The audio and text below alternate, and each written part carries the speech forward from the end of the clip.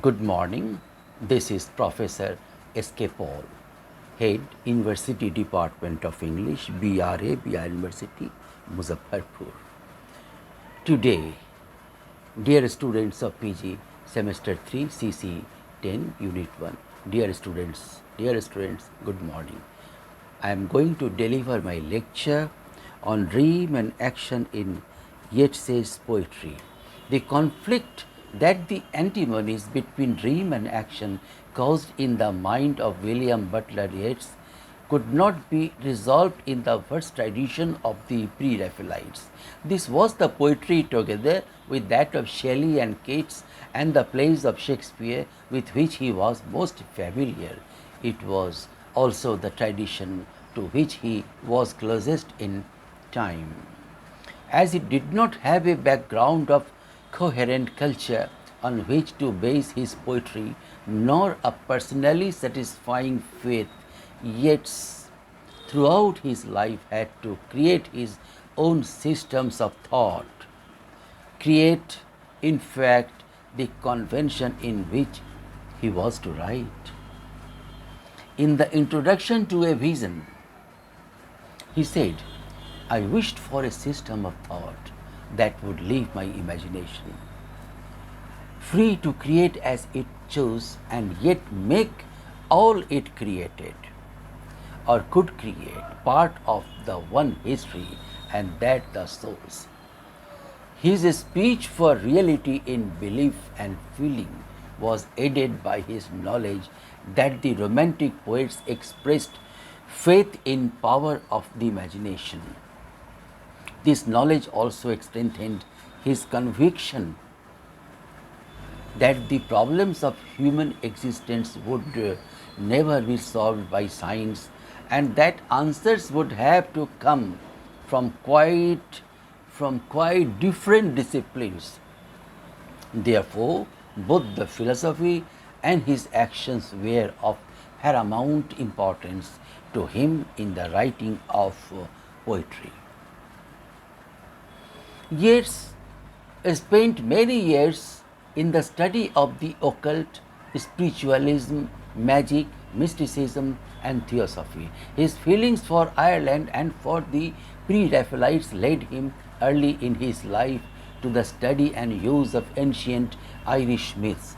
His hopes of independence for Ireland and his periodic identification with Irish nationalism, also a part of the fabric of his verse, were influenced by his passion for Morgan and his friendship with his patron Lady Gregory.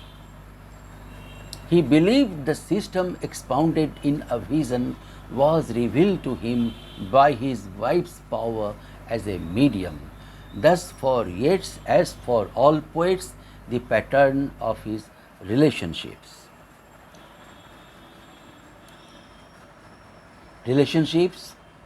interests, beliefs, and loyalties was the material of his poetry.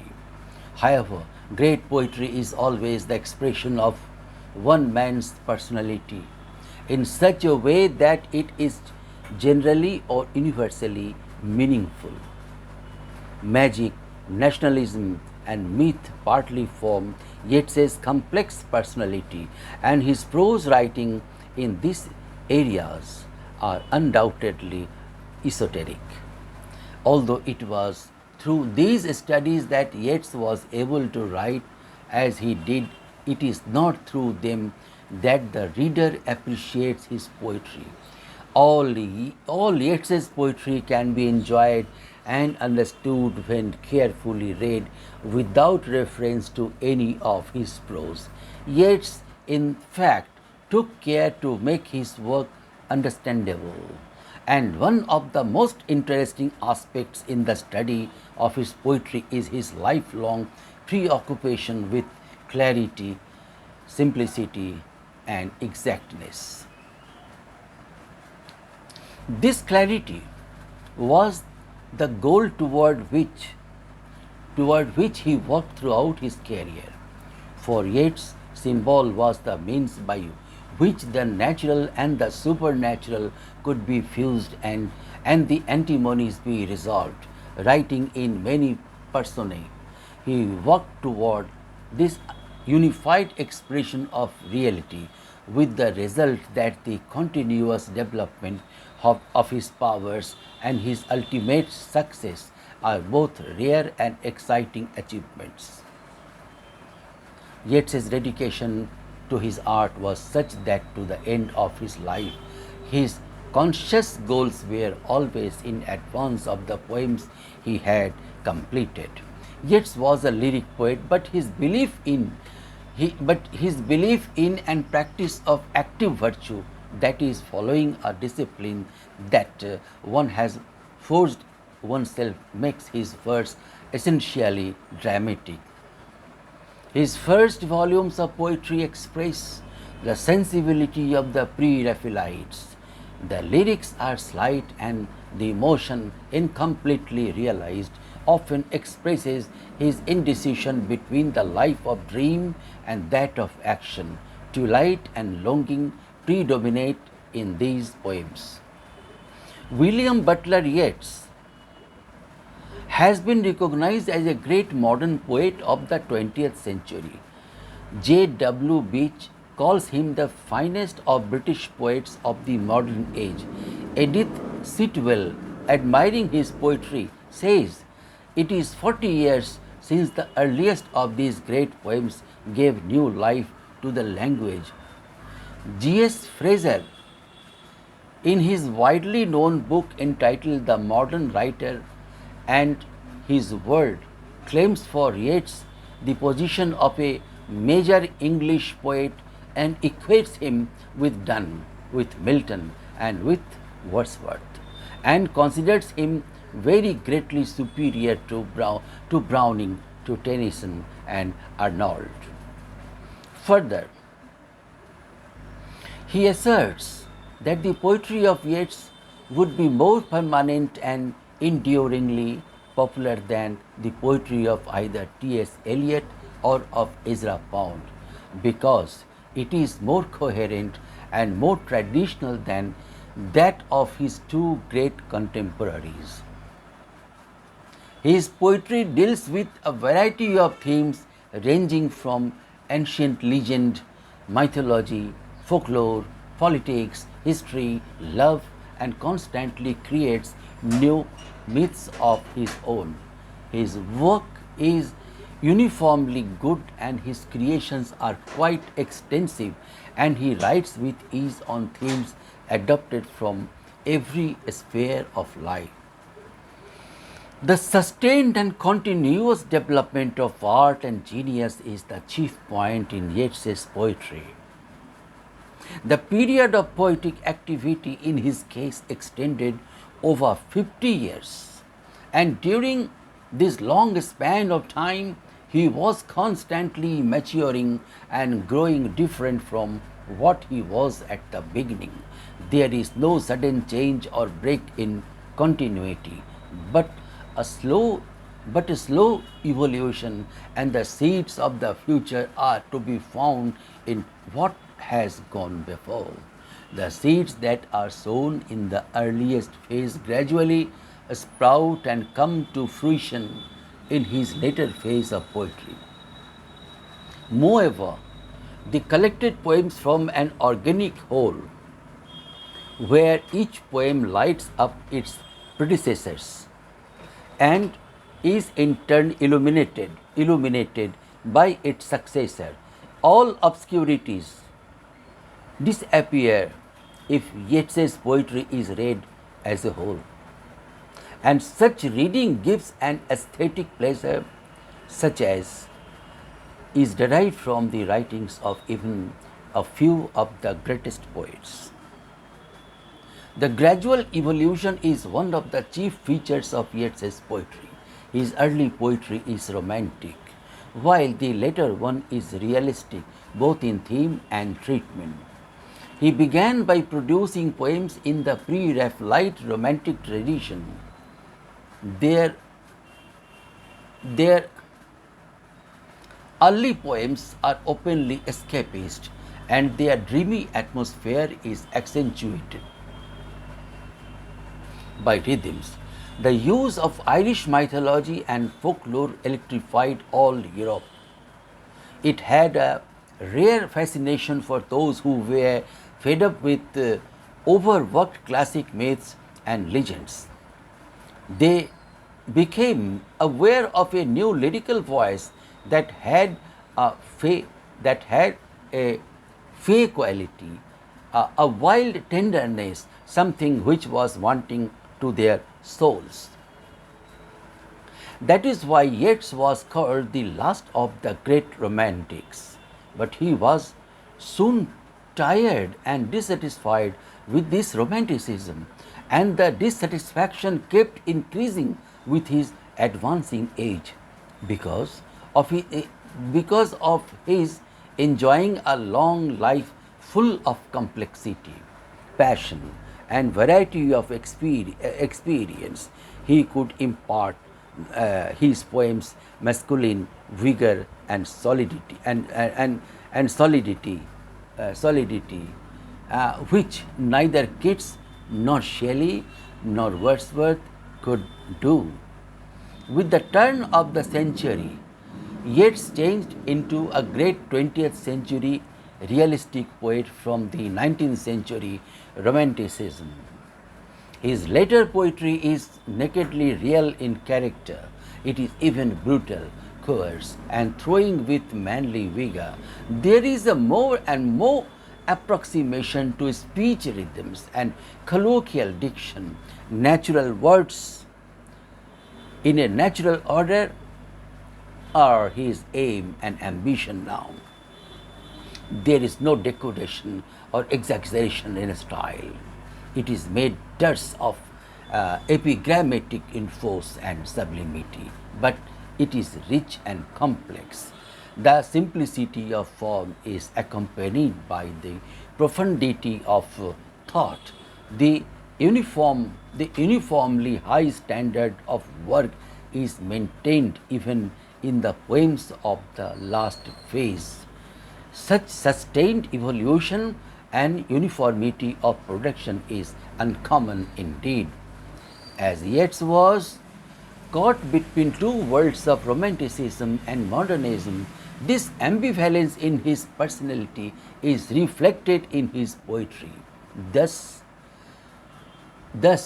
his poetry has been pronounced as a battleground for the clash of opposites, the antinomies of the human and the non-human, of the spiritual and the material, the sensuous and the artistic, physical decay and the intellectual maturity, the past and the present, the personal and the impersonal, power and helplessness constantly occur and recur in his poetry. In his later poetry, however, there is an attempt to reconcile them. In the poem No Second Troy, the past and present, the personal and impersonal, have been linked up by the use of Helen Dirty Modgon image. In the Sailing to Byzantium, the opposites between physical decay and intellectual maturity have been reconciled by taking an extra temporal view. Symbolism is another striking feature of Yeats's poetry that was regarded as the chief exponent of the symbolist movement in England. In the early stage of his career, his symbolism is simple, easy to understand, like the traditional symbol of rose, but in the course of time, his symbols became complex, personal, and individual. The swan, the tower, the winding stair, the giants, etc. Its symbols that frequently occur in his later phase, they are used in different poems in different senses. They are employed to convey his inner experience and visions which cannot be communicated in any other way. At their best, they are highly evocative and significant.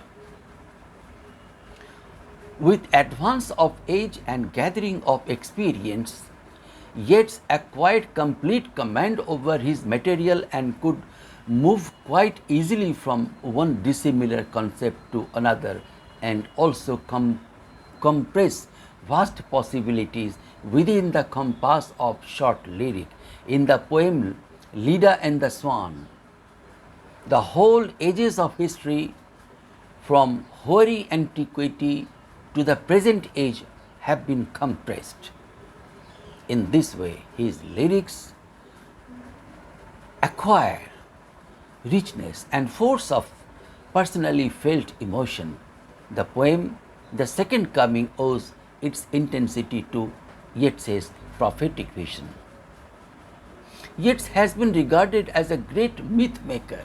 His prose work, Vision, has been assessed as the most ambitious attempt made by any poet of time to set up a myth. Yeats is forever finding analogies in the present and the personal, in the past and the impersonal. The present is thus raised high and gloried and imparted the universal status of a myth. In the opening stanza of Easter 1916, we are given the myth of Yeats's contemporaries coming out of the dead past to take part in the activities of the present. Yeats invents new myths or tries old ones in changed context or invests them with new significance. In the poem Magi, the old biblical story is modified and the Magi are transported to stars looking down at bestial floor. Stars looking down at bestial floor. Yeats's poetry is simply obscure too. Undoubtedly, the undercurrent of mysticism running through Yeats's poetry produces obscurity because mysticism cannot be rationally interpreted. But this obscurity stems from the profundity of thought and terseness of expression rather than from the carelessness of the poet. He has also been spoken of as being arrogant and blunt sometimes, but reason for this is that inspired with absolute artistic sincerity and integrity, he does not hesitate to express himself in blunt and straightforward manner. He may sometimes be coarse and brutal, but his brutality is an expression of his integrity purpose. Just a minute, please hold.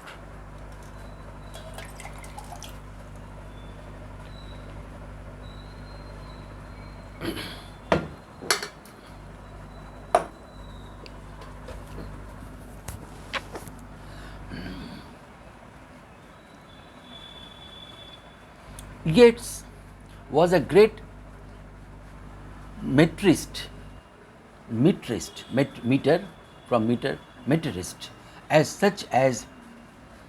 as much as he experimented with various stanzas and different forms of verse. He steered clear of the verse libra and other technical novelties of his day, but he used with conspicuous skill and traditional meters and stanza forms. He freed the English lyric from the tyranny of the iambic meter and manipulated the stress, pause, and cadence of the long line with masterly ability and self-confidence.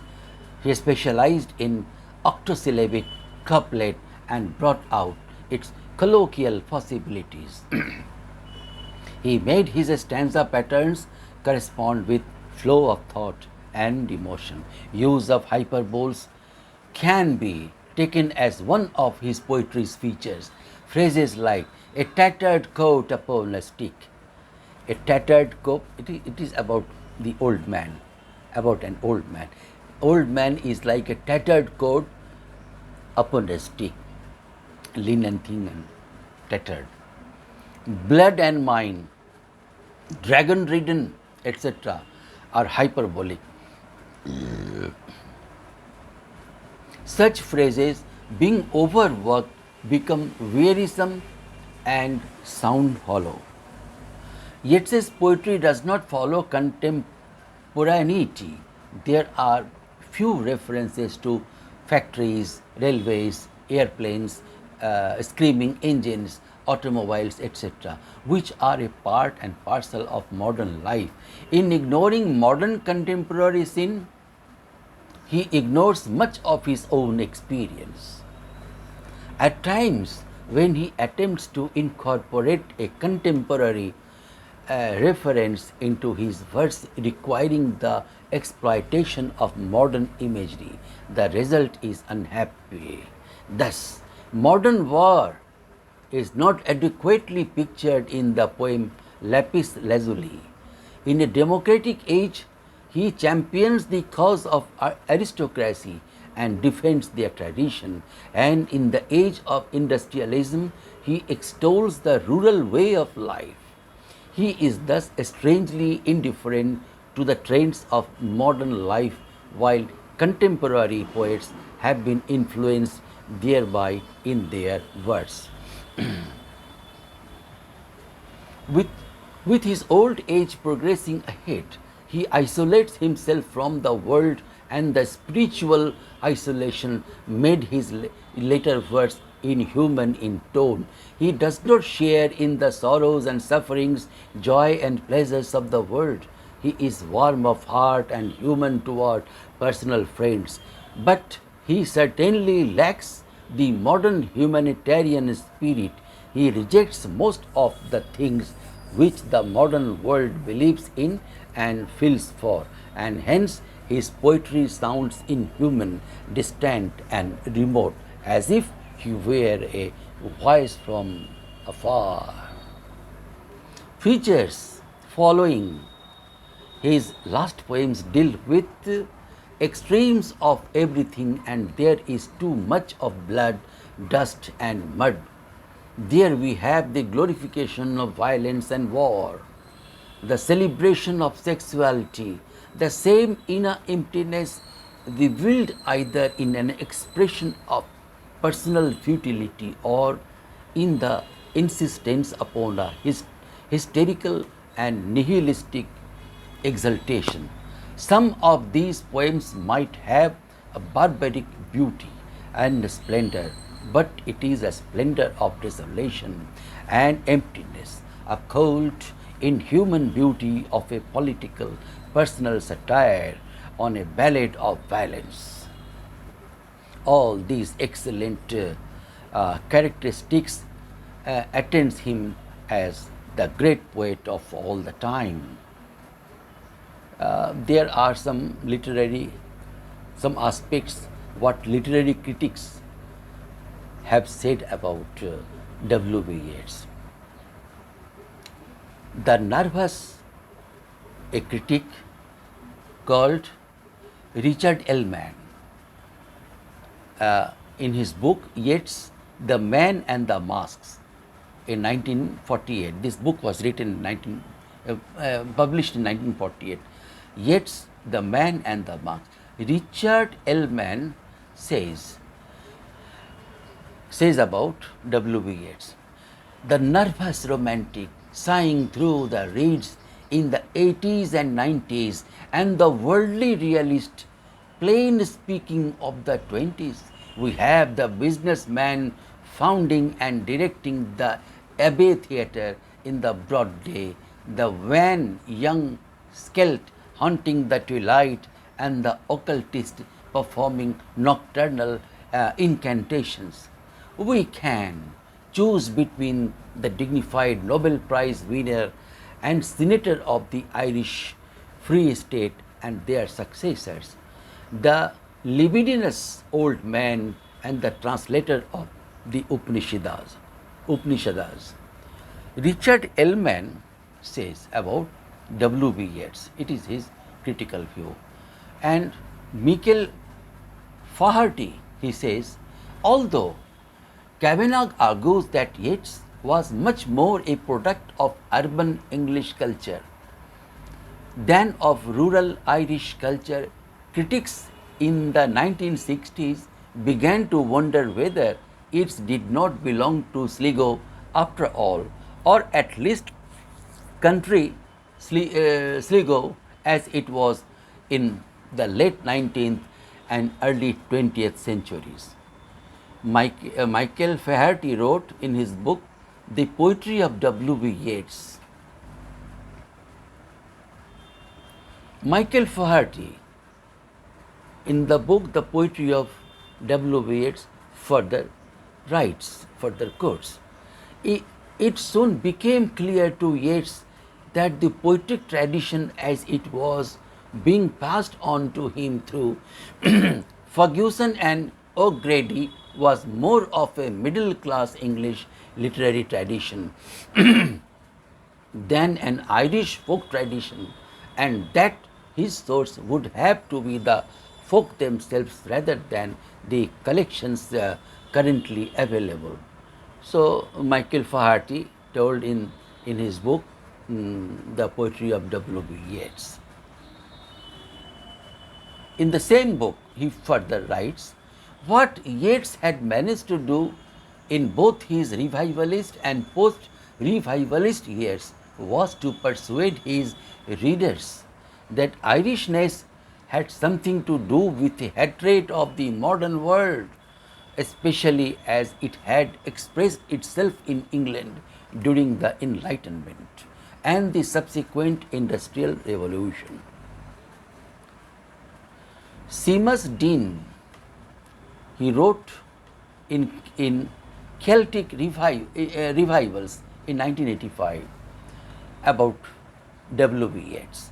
The big house surrounded by the unruly tenantry, culture besieged by barbarity, a refined aristocracy beset by a vulgar middle class, all of these are recurrent images in 20th century Irish fiction which draws heavily on Yeats's poetry for him. This is commented by Seamus Dean in Celtic Revivals. Now listen the comment of Michael Faherty in his book The Poetry of W.B. Yeats. All his ideas and images of tradition and communion are predicated on the idea of spiritual loneliness. Even when he sees himself as being in some sense the inheritor of young Ireland, he envisages the crisis of his own times as one in which the individual is liberated from conformity, in which the lonely aristocrat spirit can only survive because it lives within an organic community. So, Michael Faherty commented in his book The Poetry of W.B. Yeats. Now, what W.B. Yeats says, they do not know what is at stake. It is myself that I remake. See, he overpasses these comments. They do not know what is at stake. It is myself that I remake. So W.B. Yeats wrote in epigraph to collected works in 1908. So this is W.B. Yeats. Mr. Yeats has brought a new music upon the harp, and that one man seldom leads to movements to triumph, and that it is quite enough that he should have brought in the sound of keening and the skulls of Irish ballads and driven out the sentimental cadence with memories of County of Mayo. Mr. Yeats, above lines have been quoted by Ezra Pound. Therefore, I quote more lines from him. Mr. Yeats, says Ezra Pound, Mr. Yeats is so assuredly an immortal that there is no need for him to recast his style to suit our winds of doctrine, and that all these things being so, there is nevertheless a manifestly new note in his later work that they might do worse to attend to. Is Mr. Yeats an imagist? No. Mr. Yeats is a symbolist, but he has written these images as have many good poets before him. It is said by Ezra Pound.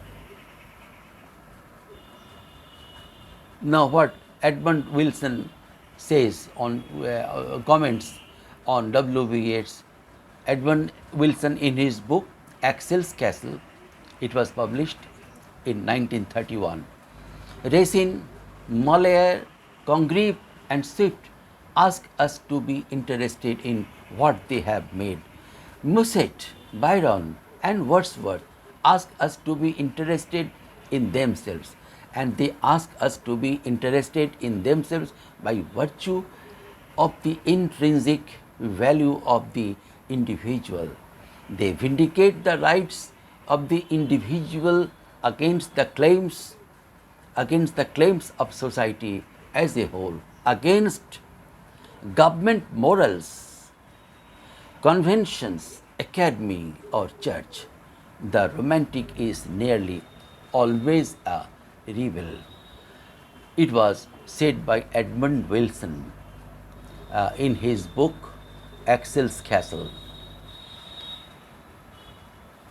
And now, finally, see what Michael Faherty, in his book The Poetry of W.B. Yeats, comments on W.B. Yeats.